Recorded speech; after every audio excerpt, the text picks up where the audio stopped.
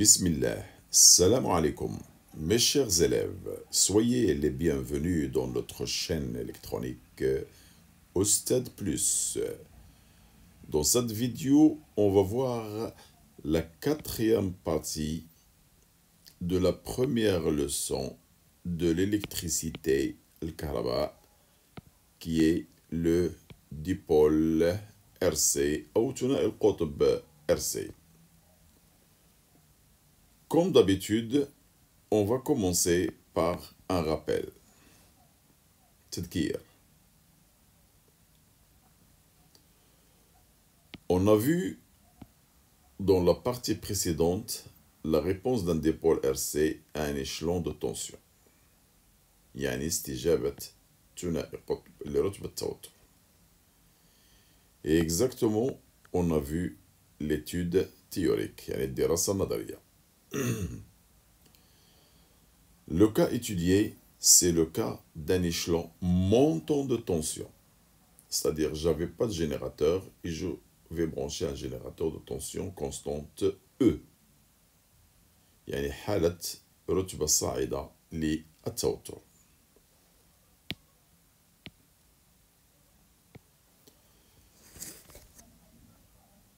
On a vu que dans cette partie-là, où il y a un échelon montant de tension, il y a présence d'un conducteur ohmique de résistance R et d'un condensateur ainsi qu'un générateur de tension. Donc, il y a le dipôle RC en présence de générateur. Ça, c'est le cas d'un échelon montant. Il y a le cas du charge d'un condensateur. On a montré l'équation différentielle, par exemple, de variable UC, et on a trouvé que RC multiplié par la dérivée de UC par rapport au temps plus UC égale à E. Voilà l'équation trouvée. Et on a vérifié que sa solution, c'est UC de T égale E multiplié par 1 moins exponentielle T sur tau. Avec tau, c'est la constante du dipôle RC. On a montré que tau, il est égal à quoi? À R fois C. Et on a aussi montré que I de T est là pour expression E sur R exponentielle moins T sur tau, toujours avec tau égale RC. Bien, ça c'est un rappel. Voir la vidéo précédente pour voir comment on a fait pour montrer tout ça. Maintenant, on va passer à la partie suivante. Et toujours dans l'étude théorique, bien sûr. Le cas d'un échelon descendant de tension. C'est-à-dire, j'ai un générateur, je vais le supprimer du circuit. يعني حالة رتبة نازلة للتوتر. يعني حالة تفريغ, يعني cas de décharge d'un condensateur. Cela signifie que, avant de fermer l'interrupteur à T inférieur à 0, U égale E, c'est-à-dire il y avait un générateur qui nous a chargé le condensateur. Alors après la fermeture, c'est-à-dire à T supérieur à 0, U égale 0, c'est-à-dire absence du générateur. On peut représenter cette écriture par une courbe. Ça veut dire à l'instant 0, il y avait un générateur. Donc il y avait une tension de valeur E. Après la fermeture, donc U égale 0. Parlons maintenant de circuit, de cette partie qui représente la décharge d'un condensateur. Alors voilà, j'ai déjà un condensateur chargé. Il est relié maintenant à un conducteur ohmique. Le condensateur a une capacité C. Ce circuit qui comporte le conducteur ohmique et les condensateurs en absence de générateur, c'est le circuit d'un dipôle RC à un échelon descendant, c'est-à-dire le cas de décharge du condensateur. Dans ce cas-là, le condensateur, il va se décharger dans le conducteur ohmique. Et donc voilà le circuit de notre partie. Maintenant, on va essayer de trouver l'équation différentielle, أي المعادلة التفاضلية.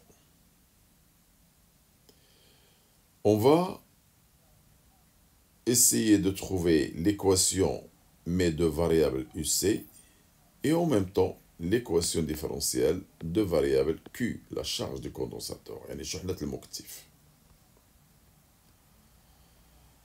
Bon. Pour trouver cette équation, on commence par la loi d'additivité des tensions. Alors, regardez le montage. On a déjà choisi l'orientation du courant vers l'armature chargée positivement. Alors, le condensateur, c'est un récepteur, voilà UC. Alors, je continue le sens du courant. Alors, le courant, il monte vers le haut, donc la tension du R, c'est UR, elle est vers le bas, parce que c'est un récepteur. Alors, comme vous voyez, dans ce circuit-là, il y a deux tensions, UC, UR, sans présence de générateur. Alors, dans ce cas-là, la loi d'additivité des tensions s'écrit comme ça, UR plus UC égale 0. Lorsqu'il y avait un générateur, on a marqué égal à E. Maintenant, absence de générateur, on va marquer le 0. Et vous savez que UR c'est RI. Je laisse UC parce que c'est le variable 1 choisi. Égale 0. On sait que I égale C DUC sur DT. On va remplacer le I par son expression. Alors, on obtient RC DUC sur DT plus UC égale 0. Donc voilà l'équation différentielle. Ça ressemble à l'équation précédente. La différence, il y a là. Avant, il y avait un E, maintenant, il y a un 0. Alors, si on vous demande maintenant l'équation différentielle, mais de variable Q de T, c'est-à-dire de variable charge électrique du condensateur, on va commencer, comme toujours, par la loi d'additivité des tensions.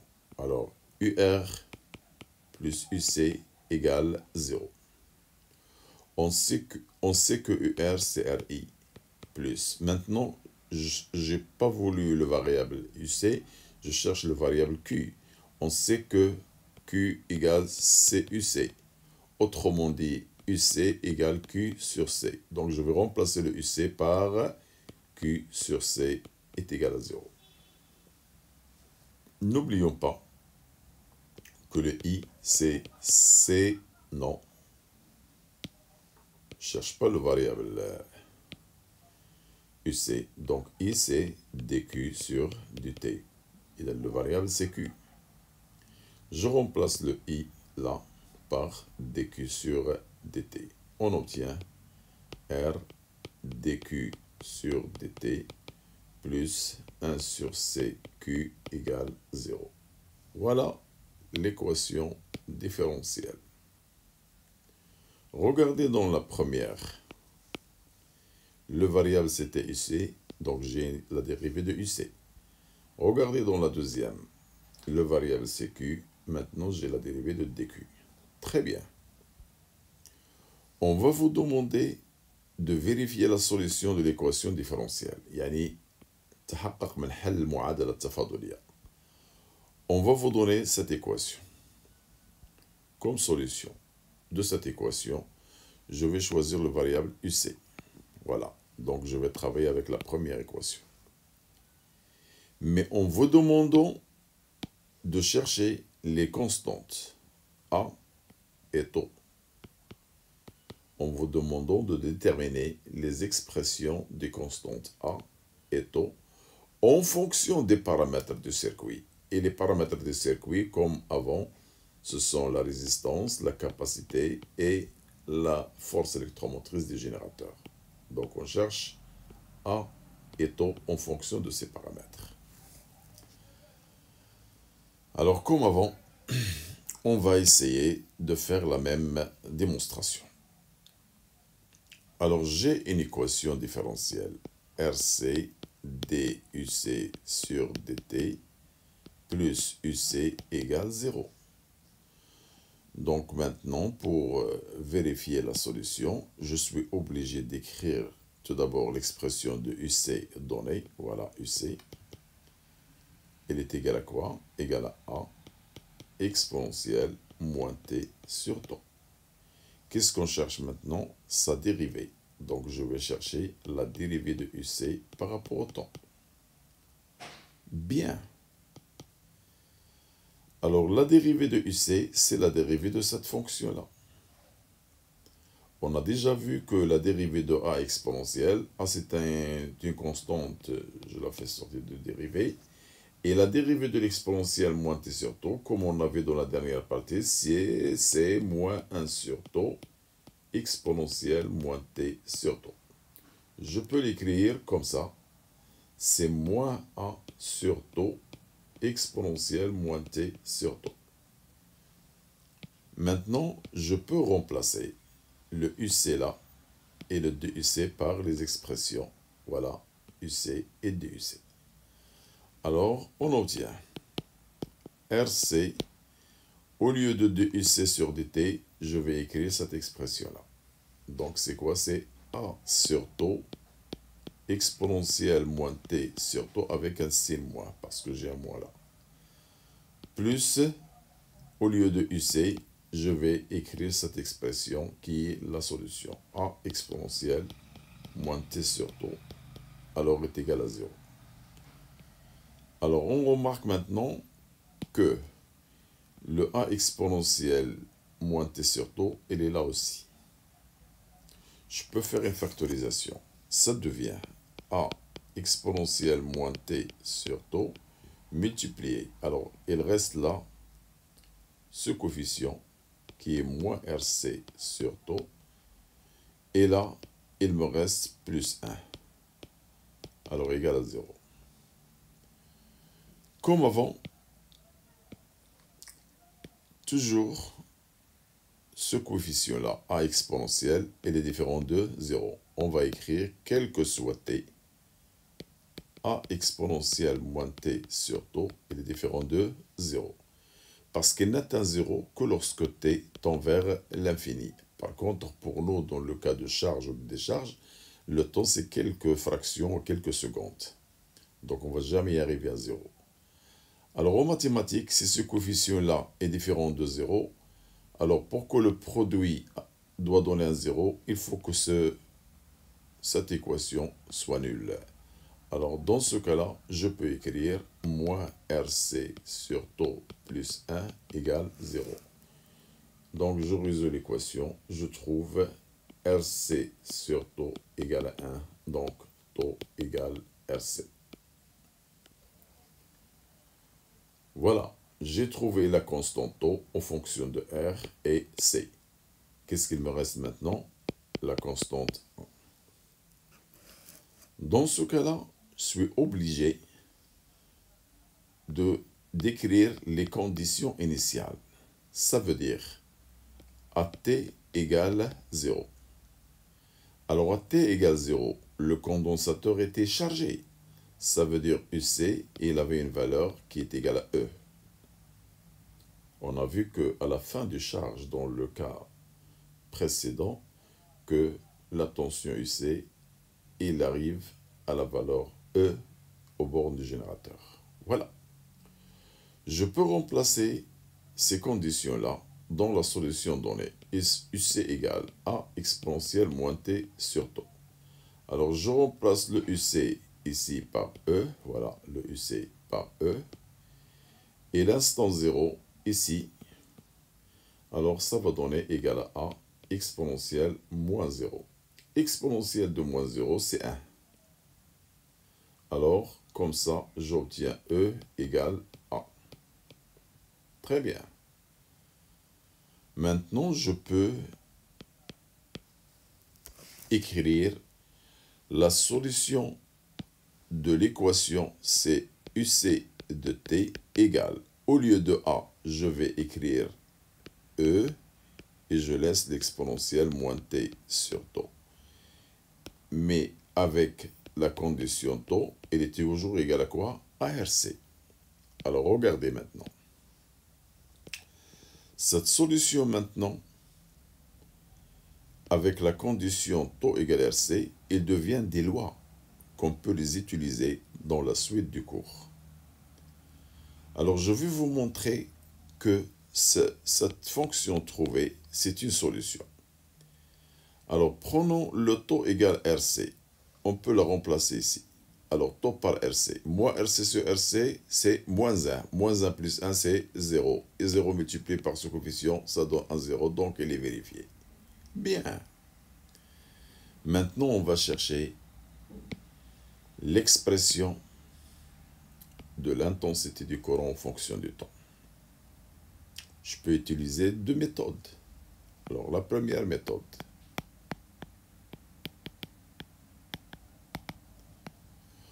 On sait que I égale CdUC sur dt.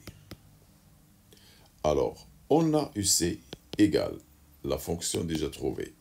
C'est E exponentielle moins T sur temps. Alors, je cherche sa dérivée. Alors, la dérivée de UC par rapport au temps est égale. Alors, c'est la dérivée de cette fonction. E, c'est un coefficient, donc on fait sortir. La dérivée de exponentielle moins t sur taux, c'est moins 1 sur taux. Je vous ai déjà donné la propriété exponentielle moins t sur taux. Voir la partie précédente. J'ai donné les propriétés mathématiques. Alors, égal. Alors, je multiplie E par moins 1, c'est moins E sur taux. Avec taux, on a dit il est égal à quoi? RC. Donc, je peux remplacer RC. Exponentielle moins t sur taux. Maintenant, je peux revenir à la formule de I. Donc, c'est quoi I? Je peux l'écrire encore ici. I égale C, voilà le C.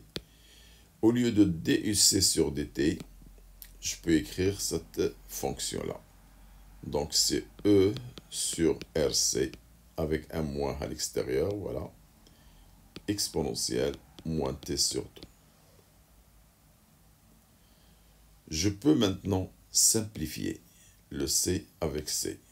Alors, il reste I égale moins E sur R exponentielle moins T sur taux. Donc, je termine I de T, il est égal, parce que I, il dépend du temps, égale moins E sur R exponentielle moins T sur taux. Voilà, ça devient une formule aussi. Parfois, on vous demande de montrer cette expression. Il faut refaire la même chose. Je peux maintenant utiliser une deuxième méthode. Toujours pour déterminer l'expression de I de T. Je commence par la loi d'additivité des tensions. UR plus UC égale 0. C'est quoi UR? C'est RI égale moins UC. Et n'oublions pas que UC, c'est déjà vérifié. Donc RI égale E exponentielle moins T sur taux. Je fais passer le R de l'autre côté. Alors j'obtiens le I de T égale le E sur R exponentielle moins T sur taux. Très bien, donc on trouve la même expression. Ah oui, le moins, voilà, j'ai un moins ici. Voilà, le moins. Donc on obtient la même expression de la première méthode. Voilà, c'est bien ça. Pardon.